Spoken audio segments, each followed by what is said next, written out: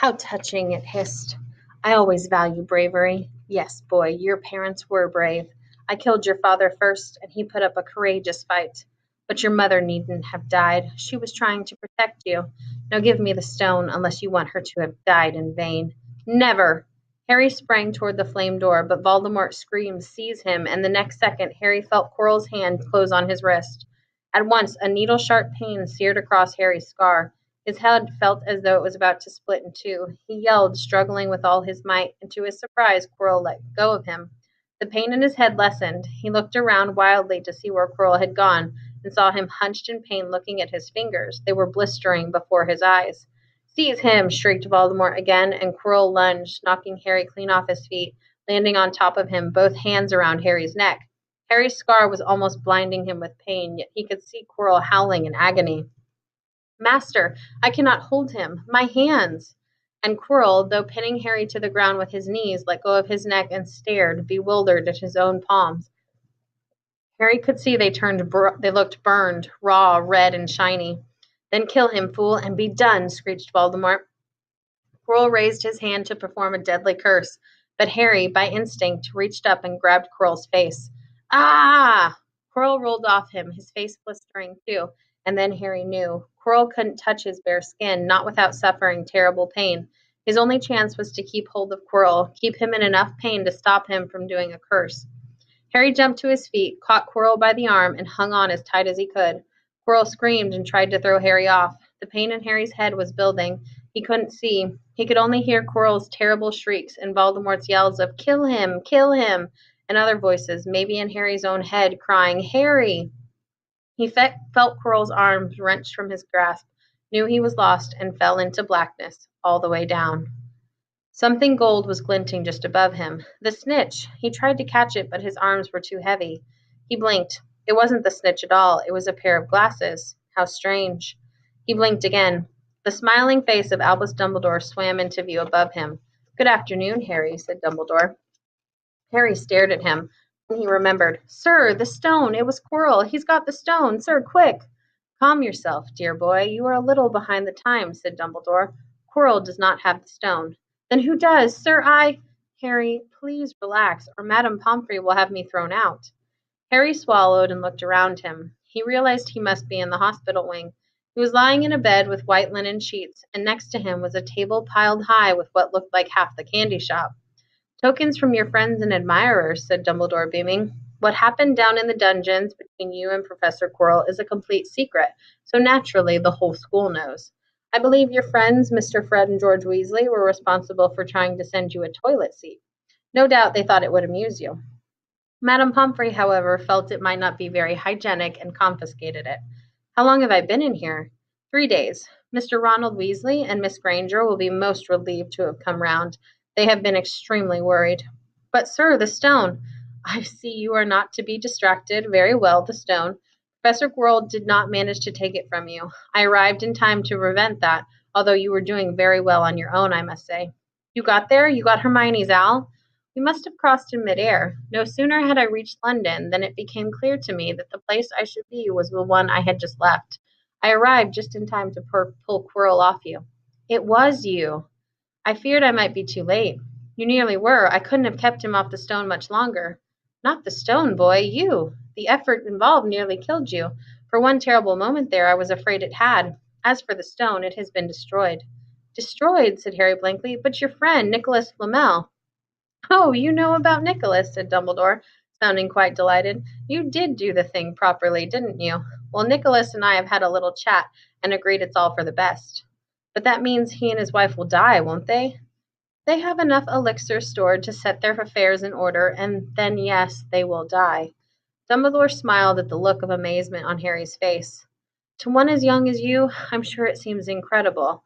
But to Nicholas and Perenelle, it really is like going to bed after a very, very long day. After all, to the well-organized mind, death is but the next great adventure. You know, the stone was really not such a wonderful thing. As much money and life as you could want, the two things most human beings would choose above all. The trouble is, humans do have a knack for choosing precisely those things that are worst for them. Harry lay there, lost for words. Dumbledore hummed a little and smiled at the ceiling. Sir, said Harry, I've been thinking. Even if the stone's gone, you know who. Call him Voldemort, Harry. Always use the proper name for things. Fear of a name increases fear of the thing itself. Yes, sir. Well, Voldemort's going to try other ways of coming back, isn't he? He hasn't gone, has he? No, Harry, he has not. He is still out there somewhere, perhaps looking for another body to share.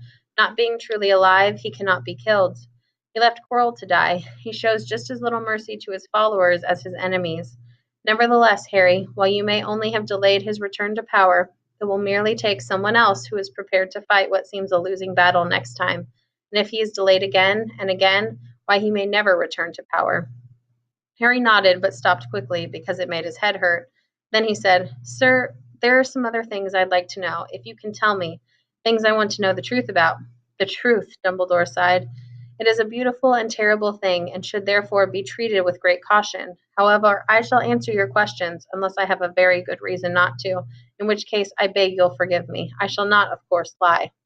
Well, Voldemort said that he only killed my mother because she tried to stop him from killing me. But why would he want to kill me in the first place?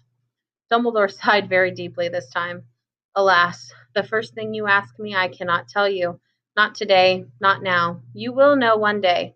Put it from your mind for now, Harry. When you are older, I know you hate to hear this, but when you're ready, you will know.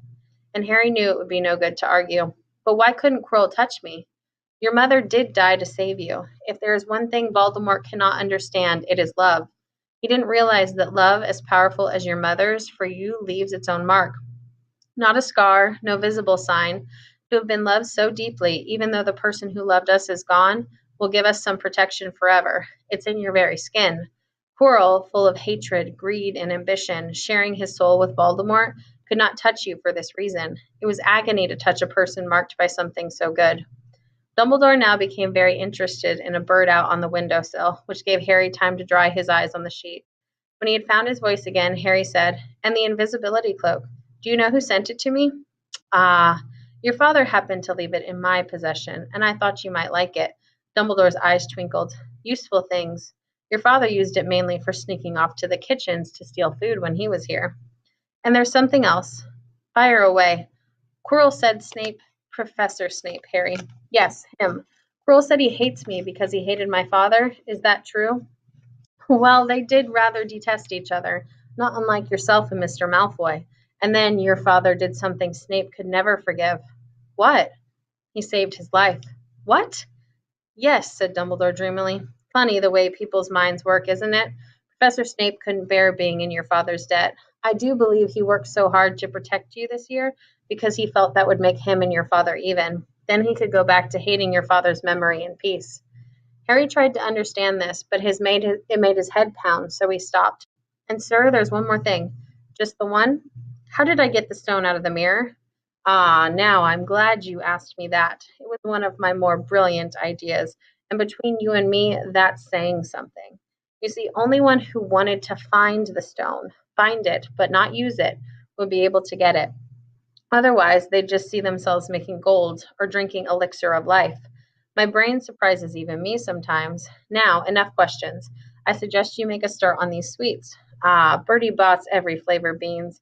I was unfortunate enough in my youth to come across a vomit flavored one, and since then I'm afraid I've rather lost my liking for them. But I think I'll be safe with a nice toffee, don't you? He smiled and popped the golden brown bean into his mouth. Then he choked and said, Ugh, earwax. Madame Pomfrey, the nurse, was a nice woman, but very strict. Just 5 minutes, Harry pleaded. Absolutely not. You let Professor Dumbledore in? Well, of course, that was the headmaster, quite different. You need rest. I am resting. Look, lying down and everything. Oh, go on, Madame Pomfrey. Oh, very well, she said, but 5 minutes only. And she let Ron and Hermione in. Harry! Hermione looked ready to fling her arms around him again, but Harry was glad she held herself in as his head was still very sore. Oh, Harry, we were sure you were going to. Dumbledore was so worried. The whole school's talking about it, said Ron. What really happened? It was one of those rare occasions when the true story is even more strange and exciting than the wild rumors. Harry told them everything: Quirrell, the mirror, the stone, and Voldemort. Ron and Hermione were a very good audience. They gasped in all the right places, and when Harry told them what was under Quirrell's turban, Hermione screamed out loud. So the stone's gone, said Ron finally. Flamel's just